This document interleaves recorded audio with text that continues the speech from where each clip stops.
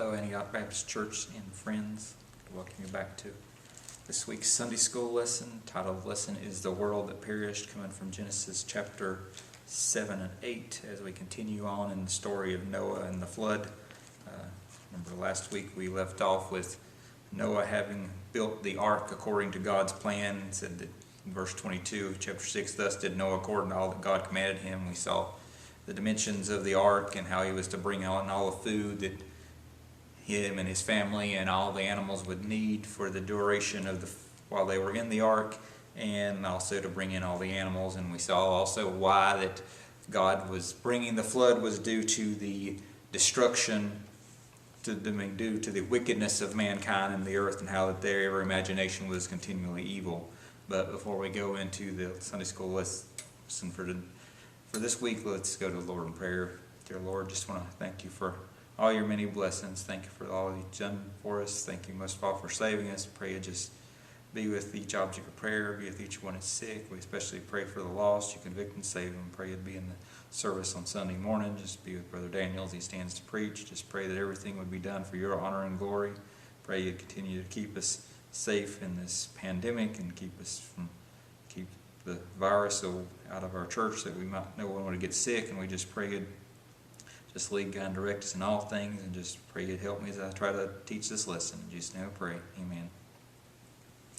So starting out here in chapter 7, verse number 1, where kind of just hit some of the high spots. Some of those sections we'll just kind of read over and just make a few comments, but get a little more in depth in some of the verses. But in chapter number 7, verse 1, it says, And the Lord said unto Noah, Come thou and all thy house into the ark, for thee have I seen righteous before me in this generation. So here we see that after Noah's completed all that the Lord commanded him to do is concerning building the ark and getting all the food prepared and stored up in the ark, that he tells him, it's time for you and your house to come into the ark.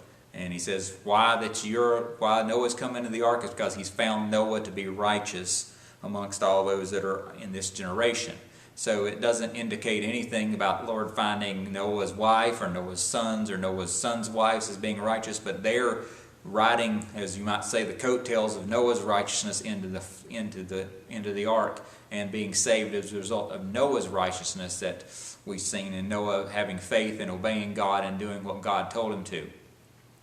And interesting thing, if you go over into the book of Ezekiel, one of our daily readings, it talks about how that the coming judgment that Ezekiel prophesied about on the nation of Israel, that if Job and Daniel and Noah were in that current generation, that they would only save themselves, not even would save their household. So in this particular situation here in Genesis chapter 7 and 8, we see that the righteousness of Noah is sufficient enough here to also protect his own family.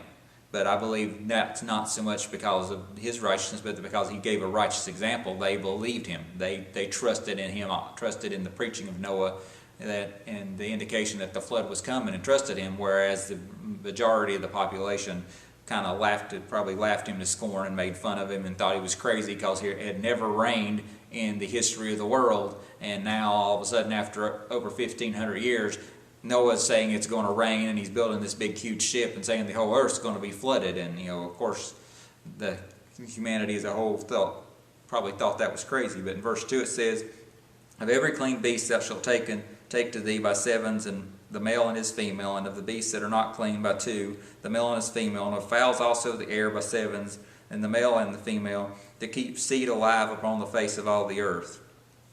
For yet 7 days, and I will cause it to rain upon the earth 40 days and 40 nights, and every living substance that I have made will I destroy from off the face of the earth. So in verses 2 and 3, he's told to bring in these clean animals, these clean beasts, by sevens. So it's 7 pairs of male and female, so 14 animals total, 7 females, 7 males. And then the unclean beasts, the things that are not clean, he's only to bring in 2. He's bringing the male and the female, just a single pair. And some like to run over to the law and say, well, these were the clean beasts, and these that the law specifies, and these are the unclean beasts. But I don't believe that the same beasts that were considered clean and unclean at this point in time are the same beasts that under the law are considered clean and unclean. Because if you look at verse 3, there's nothing said about the fowls of the air here concerning any of those being clean or unclean.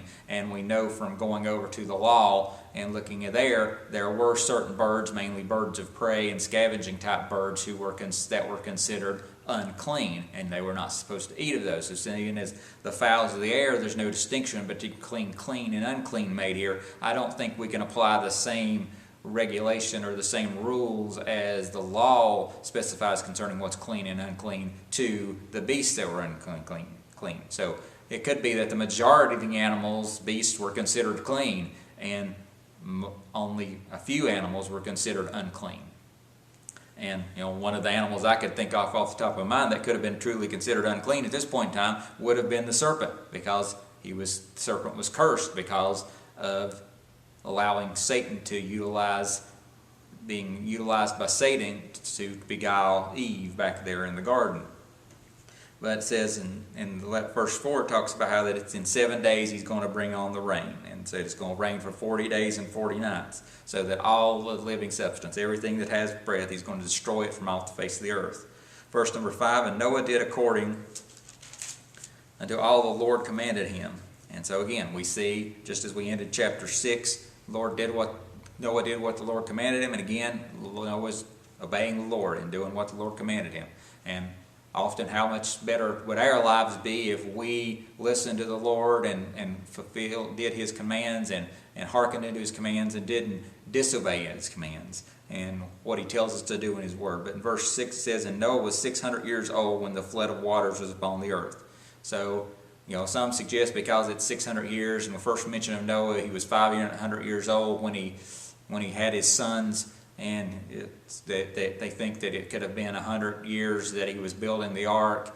Others say because of God in chapter 6 is talking about how 120 years and will be the end. When God will stop striving with man. That it could have been 120 years. It could have been either one of those. It could have been lesser than 100 years. We don't know. The Bible doesn't specifically tell us how long it took him to build the ark, but we know that Noah was faithful and that he was 600 years old when the flood came upon the earth. It said in verse 7, and Noah went in, and his sons and his wives and his sons' wives with him into the ark because of the waters of the flood, and of clean beasts and of beasts that are not clean, and of fowls and everything that creepeth on the earth. There went in two and two unto Noah into the ark, the male and the female, as God commanded Noah. And it came to pass after 7 days that the waters of the flood were upon the earth.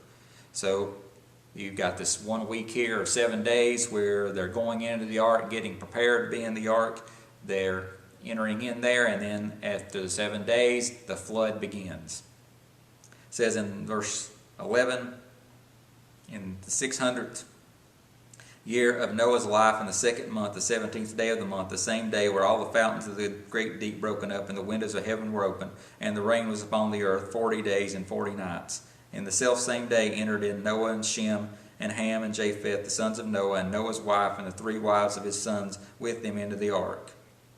And they and every beast after his kind, and all the cattle after their kind, and every creeping thing that creepeth upon the earth after his kind, and every fowl after his kind, and every bird of every sort. And they went in unto Noah into the ark, 2 and 2 of all flesh, wherein is the breath of life. And they went in male and female of all flesh, and as God commanded him, and the Lord shut him in. So here in these verses, first of all, in the first part here, we see that in verse 11 we get a very specific date. This is the first time that we have a very specific date given in the Bible. We given it in the 600th year, in the 2nd month, in the 17th day of Noah's life when the flood began. So this gives us a set hard date concerning the beginning of the flood. We see that the rain's on, again in verse 12, it's going to be for 40 days and 40 nights, as we've already seen. We see that Noah and his family, his sons and their wives all go into the ark in verse 13. In verse 14, we see all the animals go into the ark, and we see that, going on down to verse 16, we see that at the last part of it, the critical thing is once they're all in the ark, that God shut him in. So Noah didn't shut the door, God shut the door. Once God shuts the door, that's the end. That's the last opportunity. When God says no more opportunity, there's no more opportunity. And all those countless millions possibly out there, we said a very conservative estimate last week would have been around 500,000 people probably much more than that at this time period. And so, all those countless thousands or even million plus people were all left out because they didn't hearken unto the preaching of Noah. They didn't hearken unto the warning that this flood was coming. They didn't take the opportunity to repent and be saved, and therefore they miss out on the opportunity because God shut the door. It says in verse 17, and the flood was 40 days upon the earth, and the waters increased and bare up the ark, and it was lifted up above the earth. And the waters prevailed and increased greatly upon the earth, and the ark went upon the face of the waters. So as the waters came up, the ark was bared up. Now going back, talking about, it was in the 600th year, one of the great fountains of the deep. So not only was there great amount of water coming down from the sky, there was a lot of water coming up from underneath. So it's like all the fountains, all the water table erupted out, water poured out. And as I was thinking about it, you think about what causes a sinkhole. It's because the water evacuates from the water table underneath the land, and the land literally sinks. So if all the water rushed out that was caught up in the body of the land mass that existed at this time, the huge supercontinent as we believe there was, then the land would have literally sunk. The water of the oceans would have spilled over onto the land. As the water spilled out, and erupted out, and probably like geysers and other things, and just it would have been a violent thing. Believe the canopy of moisture that protected the earth, that made it like a greenhouse during this time, came crashing down to the earth. This was not some little puny rain shower or even a thunderstorm shower or even a Category 5 hurricane rain shower. This was an absolute deluge, and it was instant. There was not time for the people outside the ark to even think about trying to find a way to save themselves. And so we see that I believe it was a very fast and instant thing that the waters began to prevail and the ark was lifted up, and this continued for 40 days, this constant barrage of water. It says in verse 19, and the waters prevailed exceedingly upon the earth, and all the high hills that were under the whole heaven were covered. 15 cubits upward did the waters prevail, and the mountains were covered. And so we see the waters prevailed and kept rising up until that the highest hills or mountains, it actually says here the high hills. So I don't think there were really extremely tall mountains at this point in time. I think it was probably a continent that was pretty relatively flat, maybe some rolling hills and higher, not very high terrain, something not extremely high, and so it wouldn't take huge amounts of water to cover the land, but again, there would be enough water to do it. And even scientists today say if the ice caps and all the ice that's caught up on top of Antarctica and the southern cap, were all to melt, that the seas would be significantly higher than they are today, and possibly covering a large portion of the land masses that we have today. So, and we just see that and I don't believe we had really tall mountains in this time period like we have today. I don't think we had mountains like the Himalayas, where you're talking 30,000 plus peaks, or even getting out in the Rockies up in the 10,000 plus peaks and stuff that you get out there. And even as we see here later, Mount Ararat itself is over 16,000 feet in height. But I don't believe that these mountains really existed prior to this flood. So 15 cubits is 22 feet. So all the land mass that existed at this time was covered by at least 22 foot of water, and there's nobody going to survive that, because you talk about in the hurricanes, especially the one that's affecting us, raining on us right now, where bands of it coming into Louisiana yesterday, late last evening. They talk about 20-foot storm surges and how destructive those are. Nobody can survive something like that without being able to get to higher ground. So eventually, 20 foot above all high ground. So it's going to wipe out all life. And that's what we see in the next few verses. 21 says, and all flesh died that moved upon the earth, both of fowl and of cattle and of beasts, and of every creeping thing that creepeth upon the earth, and every man, and all in whose nostrils was the breath of life, of all that was in the dry land died. And every living substance was destroyed, which was upon the face of the ground, both man and cattle, and the creeping things, and the fowl of the heaven, and they were destroyed from the earth. And Noah only remained alive, and they that were with him in the ark. And the waters prevailed upon the earth 150 days. So we see for 150 days these flood waters prevailed. So it wasn't, if you think about, even when we have rain events now, it's weeks, sometimes weeks, even later before the flood waters totally subside in rivers and stuff, and especially sometimes the flood threats even well delayed after a rain event because the water flows downstream and takes a while to subside. So it's 150 days, and we believe that includes the 40 days of the floods we'll see here in chapter 8, but 150 days worth of time that the waters were prevailing upon the earth here. And so we see here that, and you ask the question, well, why didn't people get in boats or ships and try to save themselves during this time? Well, one reason I think, and this is just my personal opinion, there was a single landmass. Fishing was not a necessary thing because people didn't eat fish. People ate plants. People were all vegetarians at this point in time. Everybody lived in this single landmass, probably in a fairly compacted area. There was no need for shipping across the seas for trade purposes. They may have all lived very inland to this supercontinent, not even anywhere near the seashores. So people probably didn't have ships, and if they did have any kind of a boat or something, it would have been a very small thing. And then even if they did have a boat, they wouldn't have prepared and had enough room to store any food to take with them. So after 150 days, even if you did manage to get in a small boat and survive the tumultuous waves of this flood, on this, as the whole world's covered in a rough, stormy ocean, basically, what would you eat? You eventually would die of starvation and thirst. So there's absolutely no way that anybody even if they did have a little boat or ship, could have survived this thing, except for those that were in the ark. Chapter number 8, it says in verse 1, "And God remembered Noah and every living thing and all cattle that was with him in the ark. And God made a wind to pass over the earth, and the waters assuaged, and the fountains also of the deep, and the windows of heaven were stopped. And the rain from heaven was restrained, and the waters returned from off the earth continually. And after the end of the 150 days, the waters were abated." So we see here that, again, it talks about how that God remembered Noah. And this is not that God forgot Noah. God in his own knowingness never forgot Noah. It's just that he remembered his promise to Noah that he would survive this thing. And so God says it's enough. Other life is destroyed. Only those who are in the ark are still alive. It's time to end the rain. So the fountains of the deep were shut off. The windows of heaven were shut off. The storm quit raging. And so the waters began to return off the earth. And God also had this great wind to help push the waters off the earth. And so we see how the waters would begin to abate. And so after 180 days, the waters were starting to abate. They're starting to go away.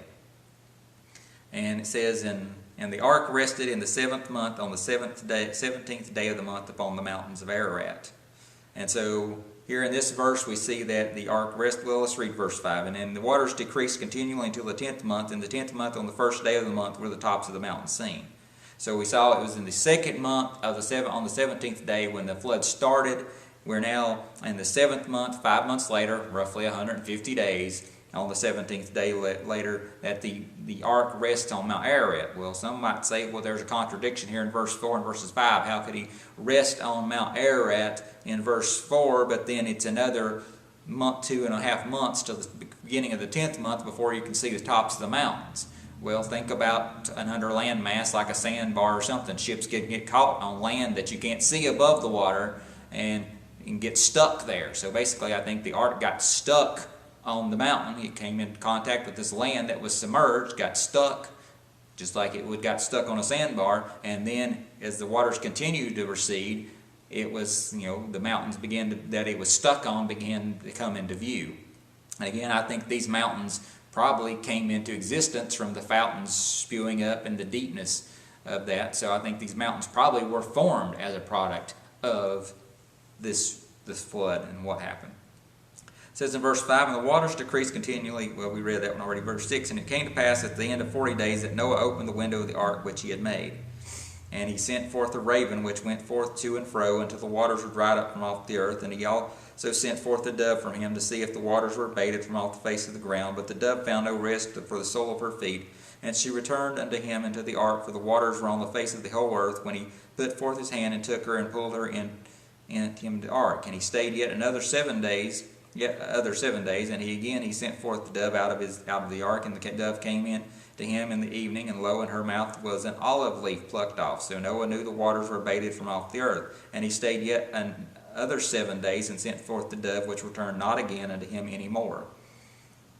And so we see here that after the 10th month, and the tops of the mountains were visible, that Noah opens up the window. He looks out of the ark. He can obviously see the tops of the mountains at this point, because that's what we just saw in verse 5. He sends out the raven. The raven just goes to and fro, and I've heard a lot of people talking, well, the raven would be a scavenging type bird, and they would go and just land on some carcass. I don't think that's necessarily what happened, because all animal life, it's still at this point, it's still vegetarian.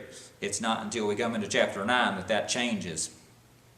And so I believe that raven, it just flew around and landed wherever it could find a little place to land. If the tops of the mountains were visible, then obviously the raven had a place to land.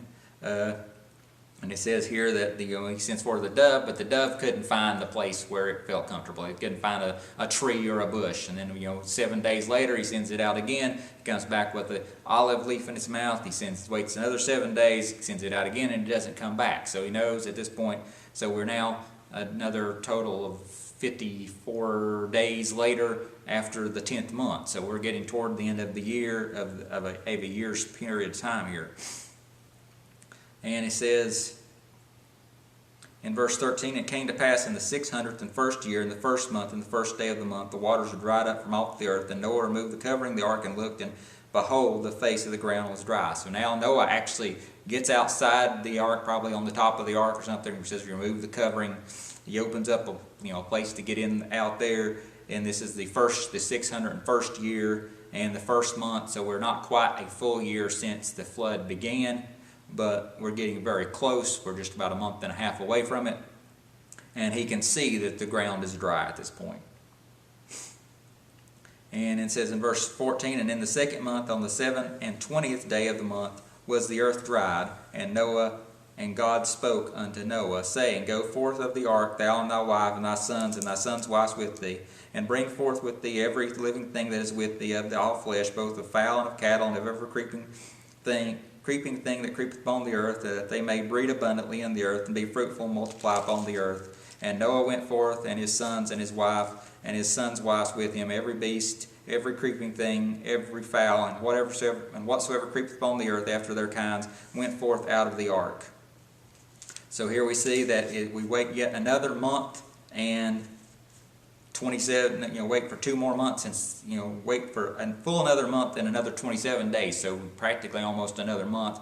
We're 10 days past a full year before God commands Noah that he can leave the ark. If Noah would have been, like most of us, once he, at the beginning of that 601st year of his life there, when he looked out and he saw the dry ground, he'd have went ahead and went out and left the ark then. But no, God made him wait yet another month and part of almost a whole another month before he told him he could leave. So we're looking at a full year plus 10 days from the time the flood started till the time and they were in the ark until they actually exited the ark. And so think about that, over a year in the ark here.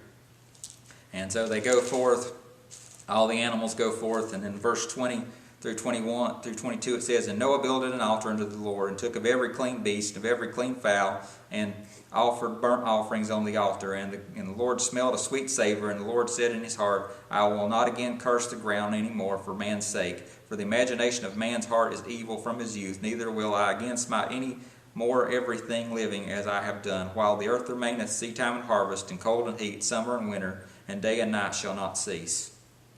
So here Noah, verse 20, he builds an ark. He takes of the clean animals here, and he does a burnt offering. And a burnt offering speaks of a whole offering. There was nothing kept back here. It was all burnt, and the Lord smelt the sweet savor of this offering. And the Lord was pleased by this offering and said, I'm not going to curse the earth again, even though I know man's heart is desperately wicked. His imaginations of his heart are wicked, and he will continue to come short and to fail and to sin.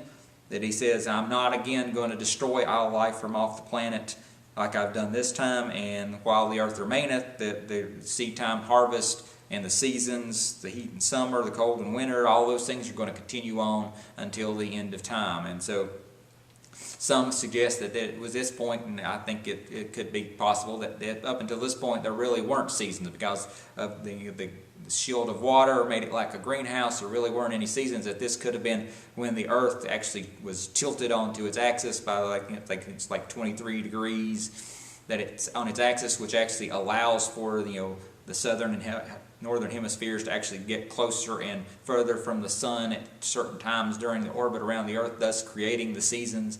And so that's the reason a lot of people have the idea that this was probably when seasons actually began, and God says that they will continue on from this point.